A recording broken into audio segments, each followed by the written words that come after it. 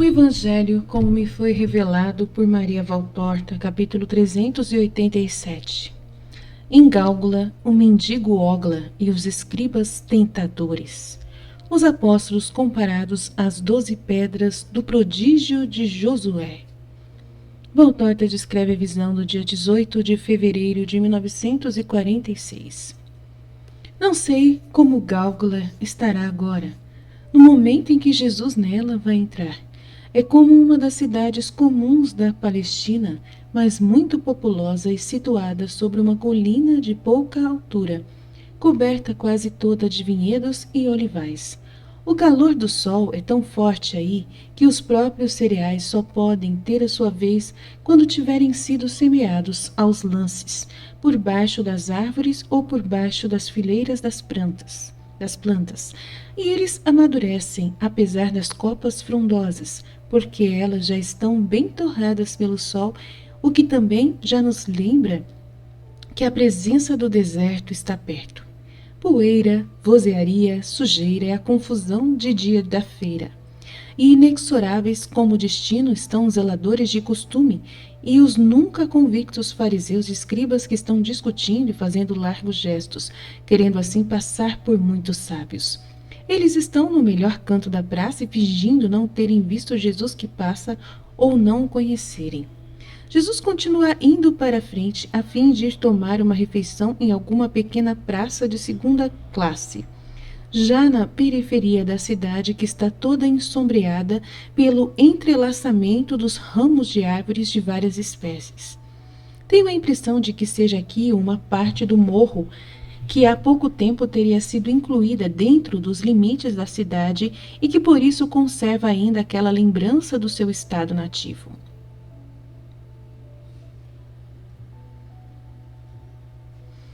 O primeiro a aproximar-se de Jesus, que está comendo pão com azeitonas, é um pobre homem andrajoso. Ele lhe pede um pouco de pão, e Jesus lhe dá o seu, junto com todas as azeitonas que tem na mão. E tu? Estamos sem dinheiro, e tu sabes disso, observa Pedro. Deixamos tudo com Ananias. Não importa, eu não estou com fome. Com sede, sim. O mendigo disse: aqui atrás há um poço, mas por que me deste o teu pão todo? Podias ter me dado só metade dele, se não tiveres nojo de recebê-lo de volta. Come, come. Eu posso ficar sem ele, mas para que não fiques pensando que eu tenho nojo de ti, dá-me com as tuas mãos somente um pedaço, e eu o comerei para ser teu amigo. O homem com um rosto triste e sombrio procura mostrar um sorriso mais pasmado e diz: esta é a primeira vez desde que me tornei o pobre Ogla que alguém me diz querer ser meu amigo. E dá um pedaço de pão a Jesus e lhe pergunta: quem és tu? Como te chamas? Sou Jesus de Nazaré, o Rabi da Galileia. Já ouvi outros falarem de ti, mas não és tu o Messias? Eu sou.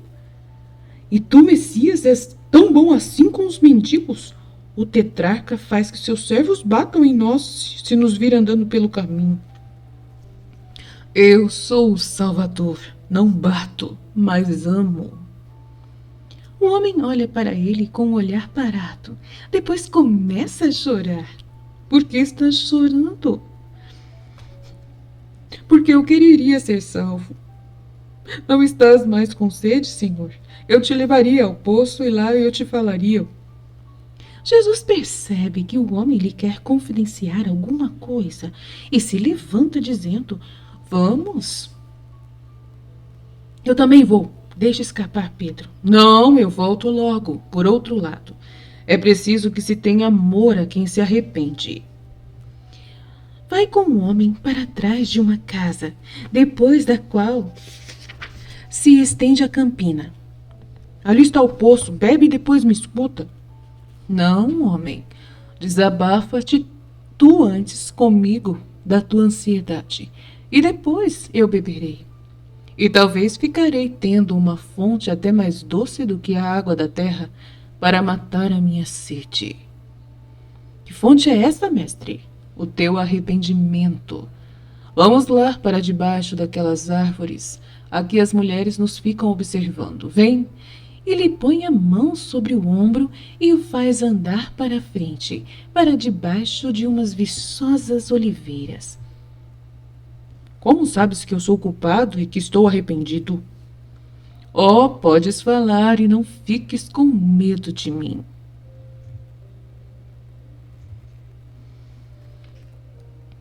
Senhor, nós éramos 7 irmãos, filhos de um mesmo pai. Mas eu tinha nascido da mulher que meu pai havia desposado quando ele ficou viúvo. E eu era odiado pelos outros 6 mais velhos. Meu pai, ao morrer, fez a partilha dos bens entre todos, com uma medida igual. Mas depois que ele morreu, os 6 corromperam os juízes, tiraram-me todos os bens e me expulsaram, a mim e a minha mãe, fazendo acusações infames contra nós. Minha mãe morreu quando eu estava com 16 anos e morreu de tanto sofrer. E desde aquele tempo não tive mais ninguém que me amasse. E chora com muito sentimento. Depois ele se controla e continua. Os reis, ricos e felizes, os 6 filhos, ricos e felizes, prosperaram com o que era meu também.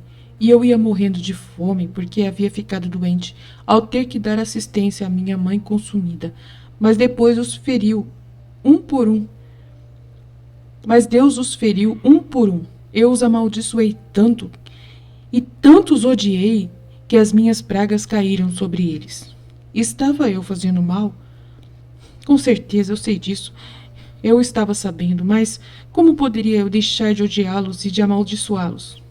O último deles, que na realidade era o terceiro nascido, resistia a todas as maldições e até vivia na prosperidade, com os bens dos outros 5 e dos quais ele se havia apropriado legitimamente para os 3 menores, que morreram sem mulher, pois a mulher do primogênito morreu sem deixar filhos, mas fraudulentamente quanto ao segundo, a cuja mulher e os filhos ele havia, por meio de enganos e empréstimos, tomado grande parte do que era do pai.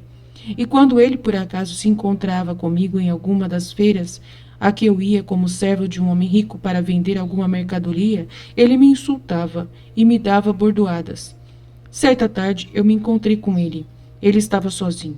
Estava sozinho, um pouco embriagado pelo vinho, e eu já estava embriagado por recordações e pelo ódio. Fazia 10 anos que minha mãe havia morrido, e ele me insultou ao insultar a falecida. Ele a chamou de cadela imunda e me chamou de filho da hiena. Senhor, se ele não tivesse tocado em minha mãe, eu teria tolerado, mas ele a insultou e eu o peguei pelo pescoço e lutamos. Eu queria somente dar-lhe uma surra, mas ele escorregou no chão e o chão estava coberto de uma erva escorregadia e em declive. Abaixo daquele ponto havia um despenhadeiro e uma torrente, e ele rolou embriagado como estava e caiu lá embaixo, e depois de tantos anos ainda o procuram. Mas ele ficou certamente sepultado por entre as grandes pedras e as areias de alguma das torrentes que vêm do Líbano. Ele não voltou mais a Cesareia de Paneades, e eu saí de onde estava já sem paz. Ah, maldição de Caim! Medo de viver, medo de morrer. Diziam que tu vias por dentro o coração do homem, mas são tão maus os rabinos de Israel, não sabem o que é ter piedade. Tu que és rabi dos rabis, eras o meu terror. E ao ver-me diante de ti, eu procurava fugir. Contudo, eu gostaria de ser perdoado. E chora agachado no chão. Jesus olha para ele e murmura: Vamos pôr sobre mim também estes pecados. Meu filho, escuta. Eu sou a piedade, não o terror. Também por ti é que eu vim. Não te envergonhes por causa de mim. Eu sou o Redentor. Queres ser perdoado de quê? Do meu delito. Queres saber qual? Matei o meu irmão. Tu disseste, eu queria somente dar-lhe uma surra, porque naquele momento estavas ofendido e irado. Mas quando tinhas ódio e amaldiçoavas não a um, mas aos 6 irmãos, não estava sendo ofendido nem irado. Tu o fazias como quem respira. Era uma coisa espontânea, o ódio e a maldição. E a alegria por vê-los castigado era o teu pão espiritual, não é verdade? Sim, Senhor, durante 10 anos esse foi meu pão. Pois bem, na realidade, o maior delito tu o começaste desde o momento em que odiaste e amaldiçoaste. És homicida de teus 6 irmãos 6 vezes. Mas, Senhor, eles me haviam arruinado e odiado, e minha mãe morreu de fome. Queres dizer que tinhas razão ao tirares vingança? Sim, quero dizer isso. Não tens razão. Deus é que deve punir. Tu devias amar e perdoar. E Deus te teria abençoado na terra e no céu. E então, ele não me abençoará nunca mais? O arrependimento traz consigo de volta a bênção. Mas que dor, que aflição procuraste para ti mesmo. Muito mais do que a que te davam os teus irmãos, foram as que deste a ti mesmo com o teu ódio. É verdade, é um horror que já vem durando 26 anos. Oh, perdoa-me, em nome de Deus.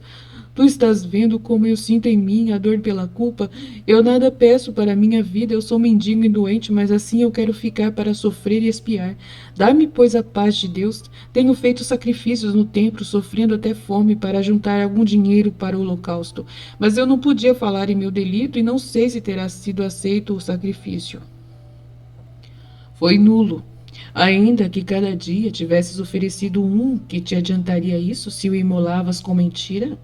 Rito supersticioso e inútil é o que não é precedido por uma sincera confissão da culpa. Uma culpa se ajuntava a outra e por isso era mais do que inútil suas ofertas. Era oferta sacrílega. Que dizias tu ao sacerdote? Eu dizia, peguei por ignorância, fazendo coisas proibidas pelo Senhor, e quero fazer expiação por elas. Eu pensava, eu sei que foi que eu pequei, e Deus também o sabe. Mas a um homem eu não posso falar com clareza. Deus que tudo vê sabe que eu estou pensando no meu pecado. Estas são restrições mentais, escapatórias, justificativas indignas, que enganam a Deus e a si mesmo, que pensam enganar Deus e a si mesmo. O Altíssimo odeia tais coisas. Quando se peca, procura-se fazer expiação honesta. Não faças mais assim.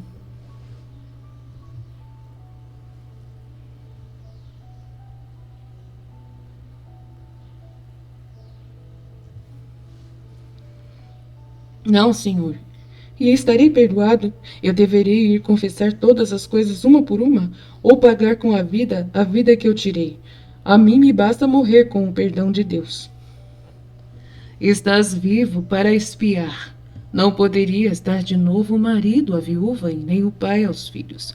Antes de matar, antes de deixar que o ódio se torne dono de nós, teria sido preciso pensar. Mas levanta-te e caminha por um novo caminho. Ao ires andando, encontrarás os meus discípulos, os montes da Judéia. Se fores de Tecoé até Belém, certamente estão sendo percorridos por eles. Dize-lhes que Jesus te mandou e diz que antes de Pentecostes ele subirá de novo para Jerusalém, passando por Bet-sur e Beter. Procura Elias, José, Levi, Matias, João, Benjamim, Daniel, Isaque. Será que te lembrarás destes nomes? Dirige-te a eles em particular e agora vamos. E tu não bebes? Eu bebi o teu pranto, uma alma que volta para Deus. Nada existe de mais remunerador para mim.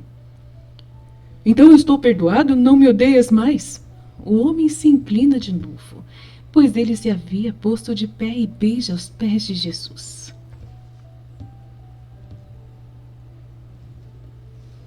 Voltam aos apóstolos e os encontram discutindo com os escribas. Aí está o mestre, ele pode responder e dizer que sois uns pecadores. Que há? Que há? Pergunta Jesus, cuja saudação afetuosa não teve resposta. Mestre, nos enchem de perguntas e de zombarias. Suportar os maus tratos é obra de misericórdia. Mas eles te ofendem, fazem de ti objeto de escárnio e nós ficamos sem saber o que fazer. Estás vendo? Tínhamos conseguido reunir muitas pessoas e agora quantas ficaram? 2 ou 3 mulheres. Ah, oh não, tendes também um homem nojento, e para vós ele já é demais. Mas, ó mestre, não te parece que te estás contaminando demais, tu que vives dizendo que as coisas impuras te causam asco? Diz-lhe, diz-lhe zombeteiramente um jovem escriba mostrando o mendigo que está ao lado de Jesus. Isto não é impureza. Não é esta impureza que me repugna. Este é um pobre. O pobre não causa nojo. Sua miséria até serve para abrir as almas a sentimentos de piedade fraterna. Eu tenho nojo é das misérias morais, dos corações fedorentos, das almas reduzidas aos farrapos dos espíritos feridos.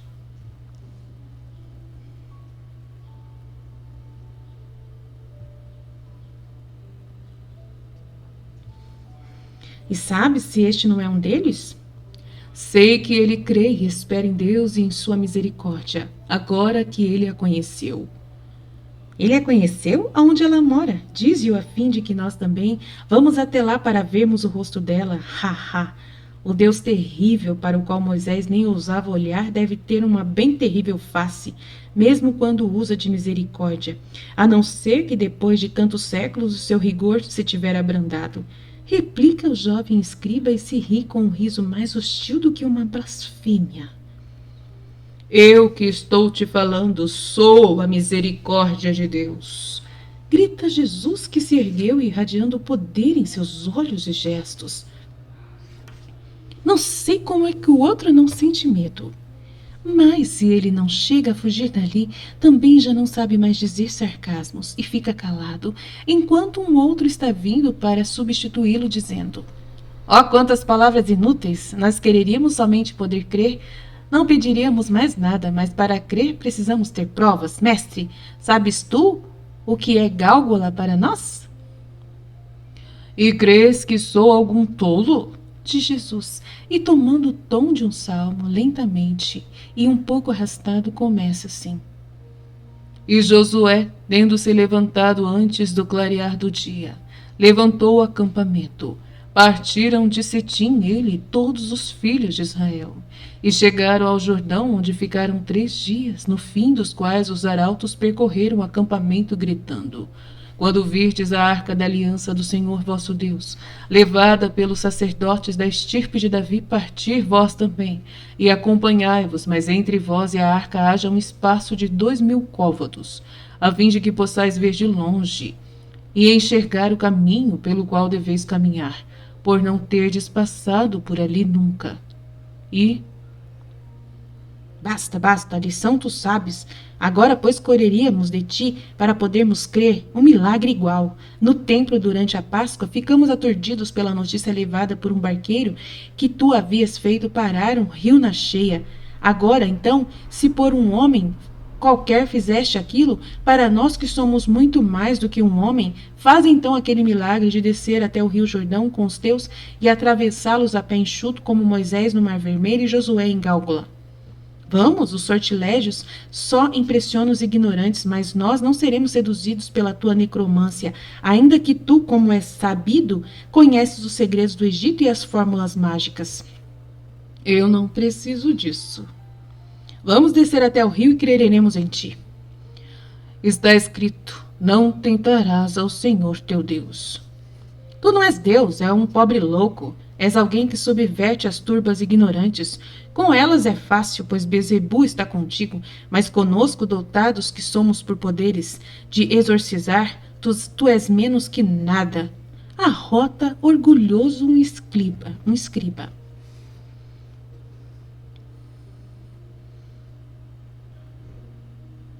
Não o ofendas. Pede-lhe que faça o que desejamos. Assim como estás fazendo, ele se intimida e perde o poder. Eia, vamos, Rabi de Nazaré, dai-nos uma prova e nós te adoraremos.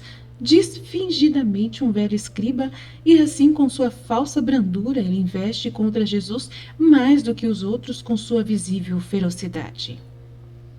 Jesus olha para ele, depois vira-se para o sudoeste e abre os braços, estendendo-os para a frente e diz: lá está o deserto de Judá. E lá me foi dito pelo espírito do mal que tentasse ao Senhor meu Deus, e eu respondi: vai-te embora, Satanás. Está escrito que só a Deus se adora e que a Deus não se tenta, e que se lhe deve obediência. mais do que a carne e ao sangue. A mesma coisa eu digo a vocês. A nós tu dás o nome de Satanás? A nós? Ah, maldito! E mais parecidos com os molecões do que com os doutores da lei, eles apanham no chão algumas pedras para alvejá-lo com elas e gritam: vai-te embora, que tu sejas maldito para sempre. Jesus olha para eles sem medo, paralisa-os com seu gesto sacrílego. Em seu gesto sacrílego deles, né? Paralisa-os em seu gesto sacrílego, recolhe o manto e diz: vamos, homem, vai à minha frente e volta rumo ao poço perto do olival da confissão. E vai penetrando por ele adentro. Inclina a cabeça, agacha-se e 2 lágrimas incontidas brotam dos seus cílios e escorrem pelo rosto pálido. Chegam a uma estrada, Jesus, e ele para e diz ao mendigo: dar-te dinheiro eu não posso, pois eu não tenho. Eu te abençoo. Adeus, faz o que eu te disse. Os 2 se separam. Os apóstolos estão aflitos, não falam, olham-se de soslaio uns aos outros. Jesus rompe o silêncio e começa de novo o tom do salmo que foi interrompido pelo escriba. E o Senhor disse a Josué: pega 12 homens, um de cada tribo, e faze que eles apanhem no leito do Jordão, onde ficaram parados os pés dos sacerdotes. 12 pedras bem duras, que colocareis a prumo no lugar dos acampamentos, onde armareis vossas tendas esta noite. E Josué, tendo chamado a si os 12 escolhidos entre os filhos de Israel, gerando um de cada tribo, lhe disse: ide à frente da arca do Senhor vosso Deus até o meio do Jordão, e de lá trazei em vossas costas cada uma pedra, segundo o número dos filhos de Israel, para fazerdes com elas um monumento entre vós. E quando no futuro os vossos filhos vos perguntarem que significam estas pedras, vós lhes respondereis: as águas do Jordão desapareceram diante da arca da aliança do Senhor, que as ia trazendo, e essas pedras foram postas como um monumento eterno dos filhos de Israel. Jesus levanta a cabeça que ele conservava inclinada. Gira os olhos sobre os 12 apóstolos que estão olhando para ele e lhes diz, com uma outra voz, a voz dos seus momentos de maior tristeza: e a arca ficou no rio. E não foram as águas, mas os céus é que se abriram em sinal de respeito para com o Verbo, que nelas estava para santificá-las mais, se santas já não fossem por causa da arca que estava parada no leito do rio. E o Verbo escolheu para si 12 pedras, muito duras, porque elas terão que durar até o fim do mundo, e porque elas haverão de ser o fundamento do templo novo e da Jerusalém eterna. 12, lembrai-vos disso. Este há de ser o número. E depois outras 12, as escolhidas para o segundo testamento. Os primeiros discípulos pastores, junto com Abel, leproso, e com Samuel, aleijado, e os primeiros curados. Duríssimas também porque terão que resistir aos golpes de Israel que odeia a Deus. Com uma voz cheia de mágoa, debilitada, quase afônica, está Jesus, enquanto chora por causa da dureza de Israel. E ele continua: no rio, os séculos e o homem espalharam as pedras monumento.